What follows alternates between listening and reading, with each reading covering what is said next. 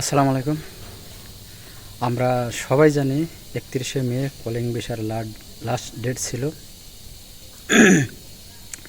এরপরে কোনো আর ফ্লাইট আসে নাই বা আর ভবিষ্যতে আসতে পারবো নাকি এটা এখনও সিদ্ধান্ত হয়নি বা এখনও বলা যায় না। যাই হোক, এই বিষয় নিয়ে অনেক ভাই কমেন্টে লেখে, ভাই আমার 6 তারিখে ফ্লাইটের ডেট, আমার 9 তারিখে ফ্লাইটের ডেট। তবে অনেকবার বলেছি, তাও একই প্রশ্ন সবাই করে থাকে, বারবার একেবারেই রিপ্ল্যানিং করে একটাই প্রশ্নই করে, কোশ্চেন একটাই তাদের, ভাই আমার 6 তারিখে ফ্লাইট দিয়েছে, 9 তারিখে ফ্লাইট আমার টিকিট দিয়ে দিয়েছে। যাই হোক, এর ইতিমধ্যেই, তবে এখনও 31 মের পরে জুন মাসে কোনো ফ্লাইট নাই বা এখনও হয়নি। এরপরের কথা হলো, এই যে মানে হিসাবের মধ্যে আছে 30,000 কর্মী বাংলাদেশ থেকে আসতে পারে নাই কলিং বিষয়ে। তবে আপনার মন্ত্রীর হিসাবে বলল, সেদিন প্রবাস কল্যাণ মন্ত্রণালয় থেকে হিসাব করে বলল, তারা বলল আরও 16,970 জন কর্মী আসা বাকি আছে বা তারা মালয়েশিয়া যাইতে পারে নাই 31 মের ফ্লাইটে 2024-এর।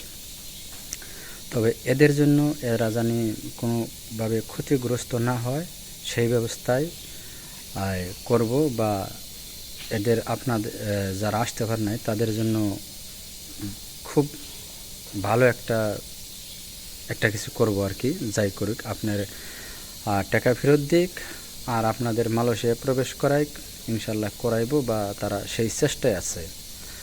আর আপনাদের সাথে যে সিন্ডিকেট হইল বা এই জিনিসটা তদন্ত করার জন্য 6 জন কমিটির একটা টিম গঠন করেছে তদন্ত করার জন্য গোয়েন্দাভাবে। ইনশাল্লাহ সব কিছুই বাইর করবো। এরপরে মন্ত্রী বলেছে, এই আপনার প্রতারণার হাতে যদি কোনো এমপিও থাকে তারও ছাড় দেওয়া হবে না, তার শাস্তি ভোগ করতেই হবে।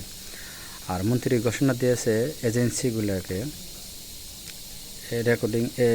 এজেন্সি রেকর্ডিং যে আছে তাদেরকে বলেছে কর্মীগুলোর টাকা ফেরত দিতে।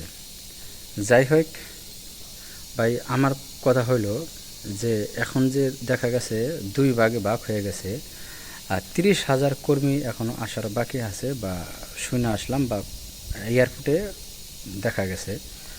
তা এখন মন্ত্রী বলল 16,970 জন, তাহলে আর বাকি লোকগুনা তাহলে আসতে পারবে না। যাই হোক, আপনাদের অনেক ভাই কোশ্চেন লিখেছে কমেন্টে, ভাই আমার ই ভিসা হয়েছে,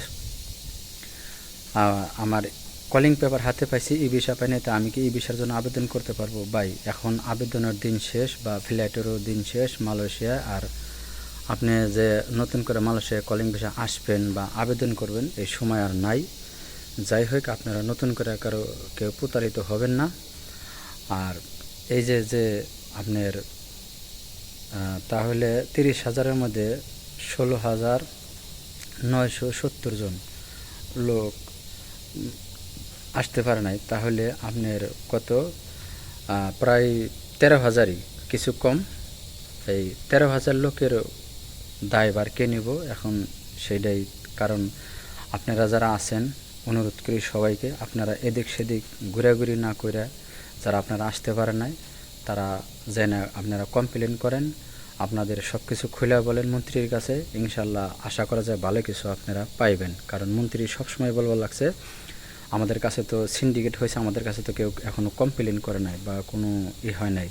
তবে আপনারা যারা আসতে পারেন নাই সবারই অনুরোধ, আপনারা প্রবাস কল্যাণ মন্ত্রণালয় যে অফিস আছে ওই জায়গায় যে আপনারা সবাই লিখিতভাবে কমপ্লেন করেন বা আপনারা সবাই যে একসাথে হাজির হন, তাহলে আপনারা হই হুল্লা না করে ওই জায়গায় যে হাজির হয়ে সবাই আপনারা যে কোনো 1 জন বা 2 জন মিলে তাদেরকে বলেন আপনাদের কথা বা আপনাদের সাথে কি হয়েছে, অফিসের রিক্রুটিং এজেন্সিরা কি করেছে আপনাদের সাথে, কিভাবে সিন্ডিকেট করেছে, কীভাবে হয়রানি করেছে, সব কিছু খুলে বলেন।